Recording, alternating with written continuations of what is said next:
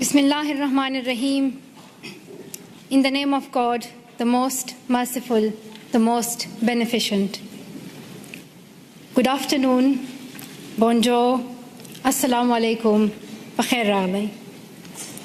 Mr. Prime Minister, Madam Trudeau, Sophie, Mr. Speaker, members of the House, members of the Senate, distinguished guests, my parents, Ziauddin and Torpikai,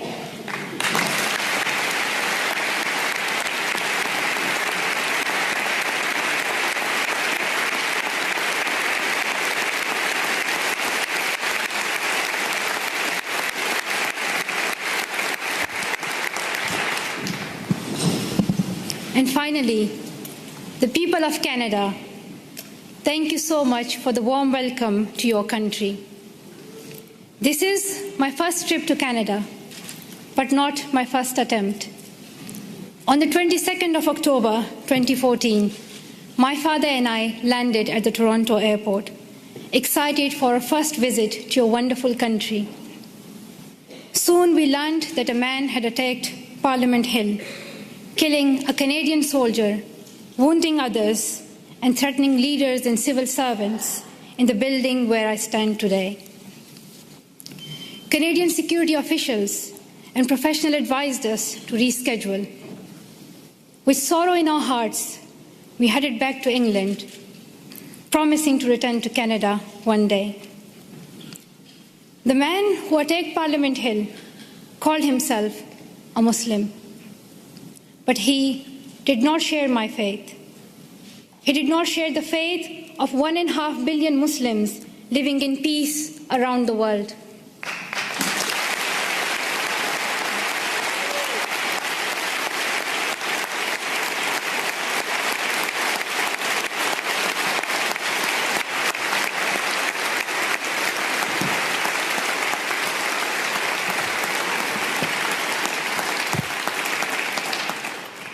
Sorry, the podium became too high, so I'm short-sighted, I couldn't read some of the words. So now I can read my speech. Back to my point that the man who attacked Parliament Hill called himself a Muslim, but he did not share my faith. He did not share the faith of 1.5 billion Muslims living in peace around the world. He did not share our Islam, a religion of learning, compassion, and mercy. I am a Muslim, and I believe that if you pick up a gun in the name of Islam and kill an innocent person, you are not Muslim anymore. You and the person who attacked Parliament Hill and all these terrorists do not share my faith. Instead,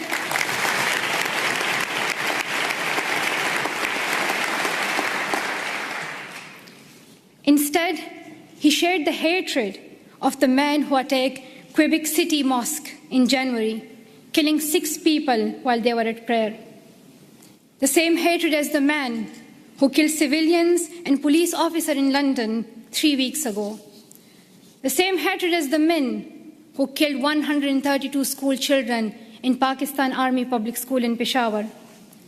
The same hatred as the man who shot me and my 2 school friends. These men have tried to divide us and destroy our democracies, our freedom of religion, our right to go to school. But we and you refuse to be divided. Canadians, wherever you are born, however you worship, stand together. And nothing proves this more than your commitment to refugees. Around the world, we have heard about Canada's heroes. We heard about the members of the First United Church here in Ottawa who sponsored newlyweds Amina and Ibrahim. A few months later, the family had their first child, a little girl named Maria. The church decided to raise more money to bring Abraham's brother and family to Canada so Maria could grow up with her cousins. We heard about Jorge Salazar in Vancouver, who came to Canada as a child refugee, fleeing violence in Colombia. As a young adult, he's working with today's children, immigrants, and refugees, helping them adopt with the new culture and country. And I'm very proud to announce that Farah Muhammad, a refugee who fled Uganda and came to Canada as a child, is Malala Fund's new CEO. A Canadian will now lead the fight for girls' education around the world.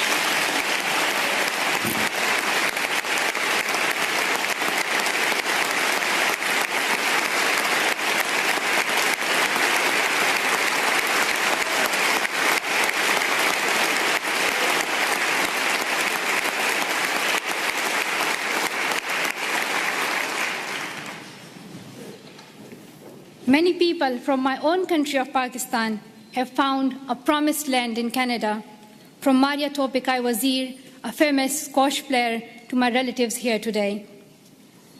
Like the refugees in Canada and all around the world, I have seen fear and experienced times when I did not know if I was safe or not. I remember how my mom used to put a ladder at the back of our house so that if anything happened, we could escape.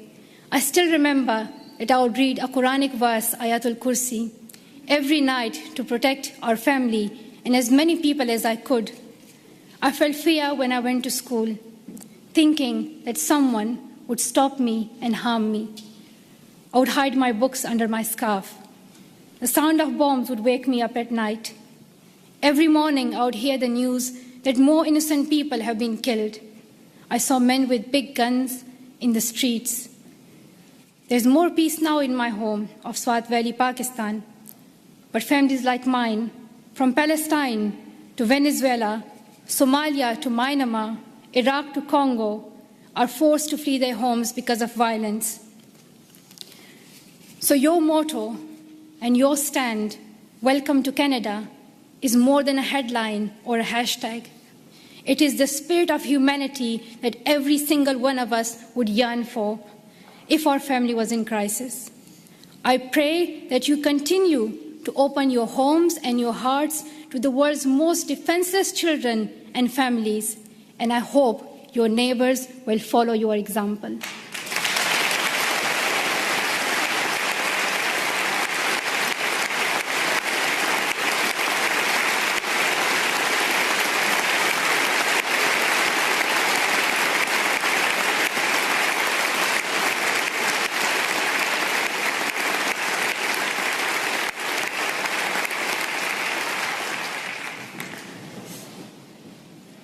I'm humbled to accept honorary citizenship of your country. While I will always be a proud Pashtun and a proud citizen of Pakistan, I'm grateful to be an honorary member of your nation of heroes, though I still require a visa. But that's another discussion.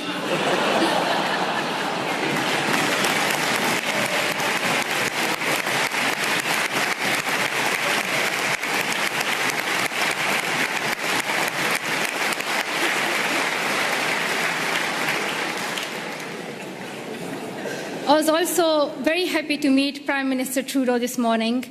I am amazed by his embrace of refugees, his commitment to appointing Canada's first gender-balanced cabinet, and his dedication to keeping women and girls at the center of your development strategy. We have heard so much about Prime Minister Trudeau, but one thing has surprised me. People are always talking about how young he is. They say that he is the second youngest Prime Minister in Canadian history. He does yoga, he has tattoos, and a lot more. And while I was coming here, everyone was telling me, like, shake Prime Minister's hand and, like, let us know how he looks in reality. And people were just so excited about meeting Trudeau. I don't think anyone cared about the Canadian honorary citizenship. While it may be true that Prime Minister Trudeau is young and he is young head of government, I would like to tell something to the children of Canada, that you don't have to be as old as the very young Prime Minister Trudeau to be a leader.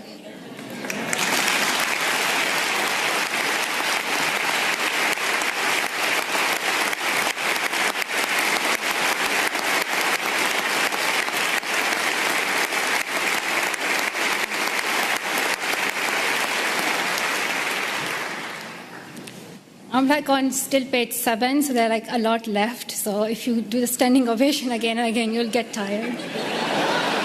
Just to let you know, there's a lot left. But I want to share my story that I want to tell the children of Canada that when I was little, I used to wait to be an adult to lead. But I have learned that even a child's voice can be heard across the world. And to the young women of Canada, I want to say, let's step forward, raise your voices, and the next time I visit, I hope to see more of you filling these seats.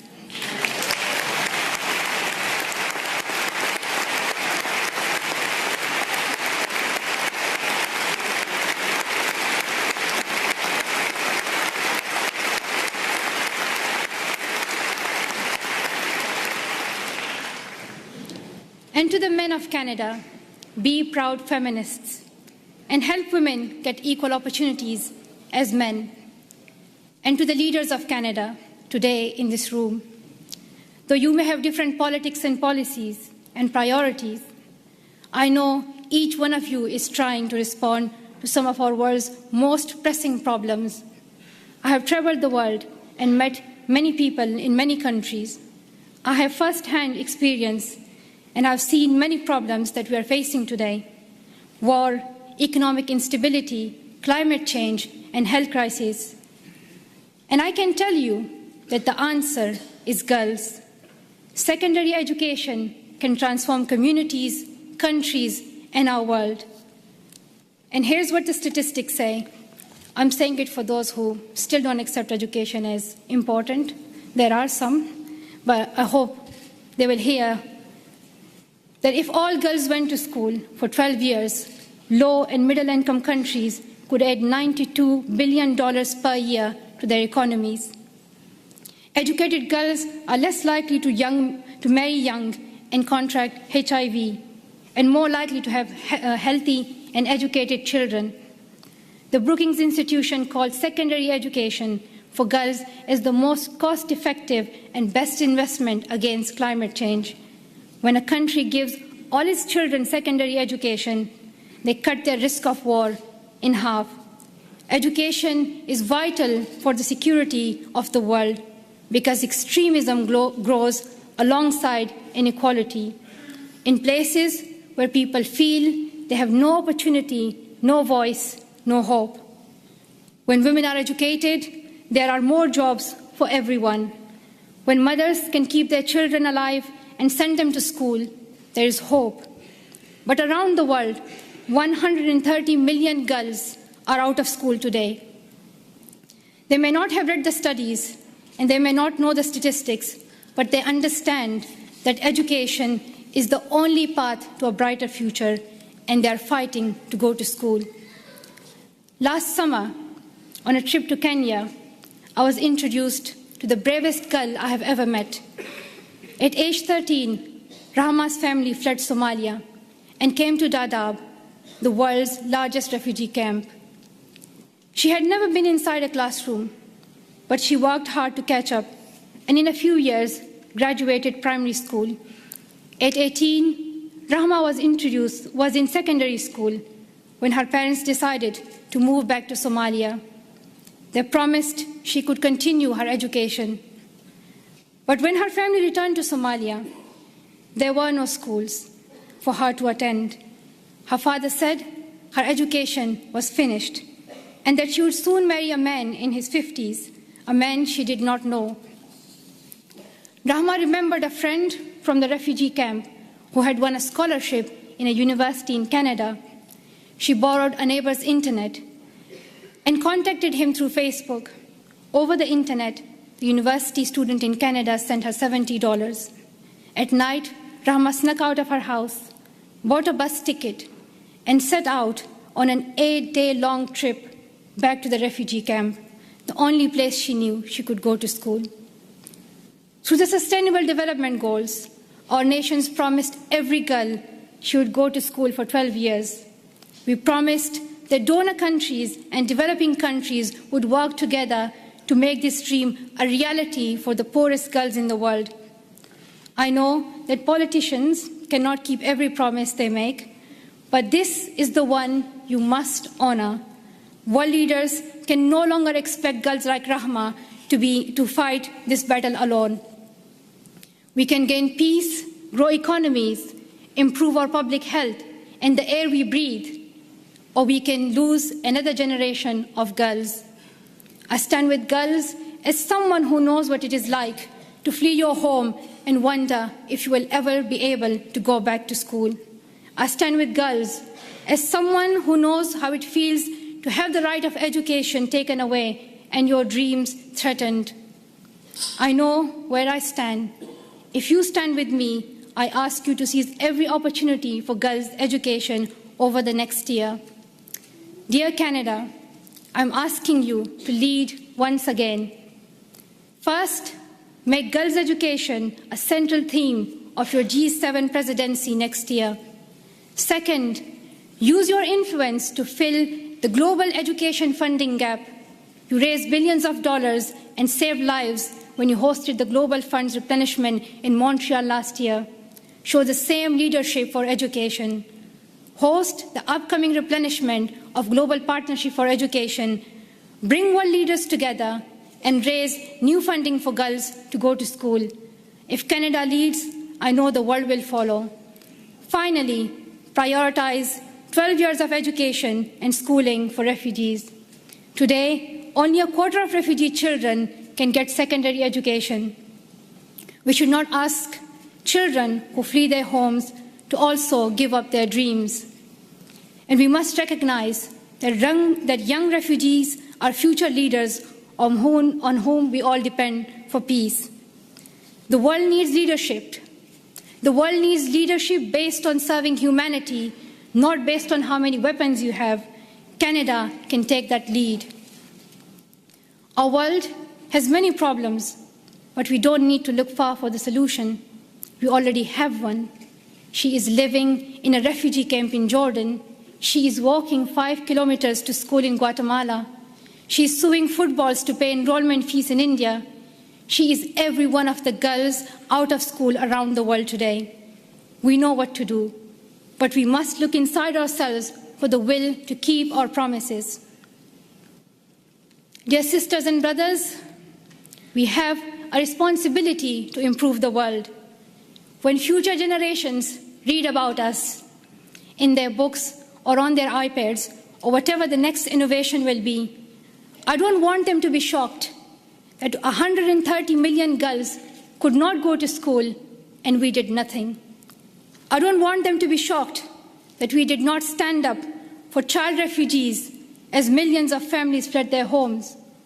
I don't want us to be known for failing them.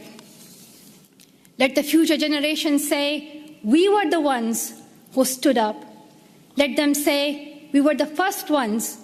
We were the first to live in a world where all girls could learn and lead without fear. Let us be the ones who bring that change we want to see. Thank you so much for listening.